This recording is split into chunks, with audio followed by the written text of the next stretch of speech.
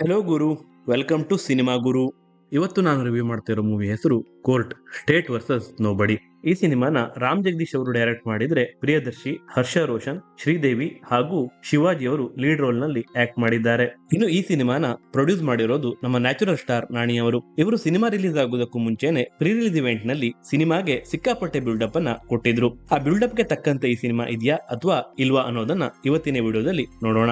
ಬನ್ನಿ ವಿಡಿಯೋನ ಶುರು ಮಾಡೋಣ. ಕಂಟೆಂಟ್ ಇಸ್ ದ ಕಿಂಗ್ ಅನ್ನೋ ಒಂದು ಮಾತು ಈ ಸಿನಿಮಾಗೆ ಸರಿಯಾಗಿ ಸೂಟ್ ಆಗತ್ತೆ. ಯಾಕಂದ್ರೆ ಇಲ್ಲಿ ಅನ್ನೆಸರಿಯಾಗಿ ಬೇಡದೇ ಇರೋ ವಿಷಯಗಳಿಲ್ಲ.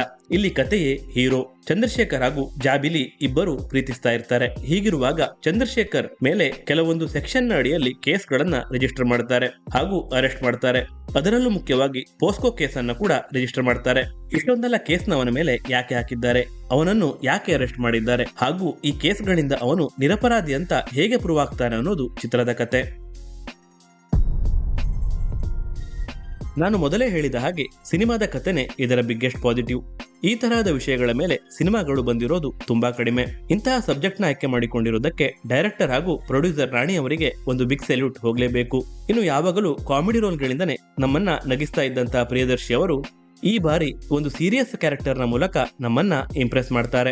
ಇನ್ನು ಈ ಸಿನಿಮಾದಲ್ಲಿ ಪೋಸ್ಕೋ ಅನ್ನೋ ಒಂದು ಸೆನ್ಸಿಟಿವ್ ವಿಷಯನ ಜನರಿಗೆ ಅರ್ಥ ಆಗೋ ರೀತಿ ಹೇಳಿರೋದು ನನಗೆ ತುಂಬಾ ಇಷ್ಟ ಆಯ್ತು. ಫಸ್ಟ್ ಹಾಫ್ ನಲ್ಲಿ ಕ್ಯಾರೆಕ್ಟರ್ ಇಂಟ್ರೊಡಕ್ಷನ್ ಗೆ ಹಾಗೂ ಲವ್ ಸೀನ್ ಗಳಿಗೆ ಟೈಮ್ ಕೊಟ್ಟರು ಸಹ ಇಂಟರ್ವಲ್ ಟ್ವಿಸ್ಟ್ ಹಾಗೂ ಸಿನಿಮಾದ ಸೆಕೆಂಡ್ ಹಾಫ್ ನಲ್ಲಿ ಸ್ಕ್ರೀನ್ ಪ್ಲೇ ತುಂಬಾ ಟೈಟ್ ಆಗಿರೋದ್ರಿಂದ ನೀವು ಎಲ್ಲೂ ಕೂಡ ಸಿನಿಮಾ ಜೊತೆ ಡಿಸ್ಕನೆಕ್ಟ್ ಆಗಲ್ಲ. ಇನ್ನು ಈ ಸಿನಿಮಾದಲ್ಲಿ ಇರೋದು ಕೇವಲ ಒಂದೇ ಹಾಡು, ಅದು ಕೂಡ ಚೆನ್ನಾಗಿದೆ. ಬ್ಯಾಕ್ ಗ್ರೌಂಡ್ ಮ್ಯೂಸಿಕ್ ಕೂಡ ಡೀಸೆಂಟ್ ಆಗಿದೆ. ಸಿನಿಮಾದಲ್ಲಿ ಎಲ್ಲರ ಪರ್ಫಾರ್ಮೆನ್ಸ್ ಕೂಡ ಸಖತ್ತಾಗಿದೆ. ಮುಖ್ಯವಾಗಿ ಪ್ರಿಯದರ್ಶಿ ಅವರ ಪರ್ಫಾರ್ಮೆನ್ಸ್ ಸಿನಿಮಾದ ತೂಕನ ಜಾಸ್ತಿ ಮಾಡುತ್ತೆ. ಈ ತರಹದ ಪಾತ್ರಗಳನ್ನು ಕೂಡ ನಾನು ಮಾಡಬಲ್ಲೆ ಅನ್ನೋದನ್ನ ಅವರು ಪ್ರೂವ್ ಮಾಡಿದ್ದಾರೆ. ಇನ್ನುಳಿದಂತೆ ಲವರ್ಸ್ ಗಳಾಗಿ ಆಕ್ಟ್ ಮಾಡಿರೋ ಹರ್ಷ ರೋಷನ್ ಹಾಗೂ ಶ್ರೀದೇವರ ಪರ್ಫಾರ್ಮೆನ್ಸ್ ಕೂಡ ಇಂಪ್ರೆಸಿವ್ ಆಗಿದೆ.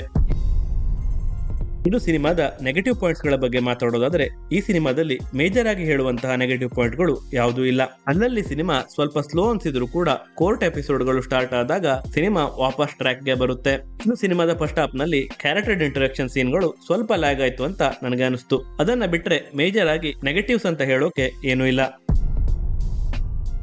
ಓವರ್ ಆಲ್ ಆಗಿ ಹೇಳೋದಾದ್ರೆ ಕೋರ್ಟ್ ರೂಮ್ ಡ್ರಾಮಾಗಳನ್ನ ಇಷ್ಟಪಡೋರಿಗೆ ಈ ಸಿನಿಮಾ ಒಂದೊಳ್ಳೆ ಎಕ್ಸ್ಪೀರಿಯನ್ಸ್ ನ ನೀಡೋದ್ರಲ್ಲಿ ಯಾವುದೇ ಡೌಟ್ ಇಲ್ಲ.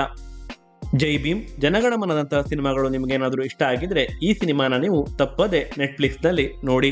ನೀವು ಖಂಡಿತ ಈ ಸಿನಿಮಾನ ಇಷ್ಟಪಡ್ತೀರಾ, ಇದು ನನ್ನ ಗ್ಯಾರಂಟಿ.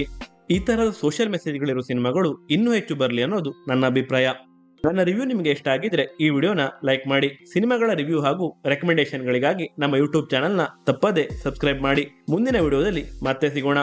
ಟೇಕ್ ಕೇರ್, ಬಾಯ್.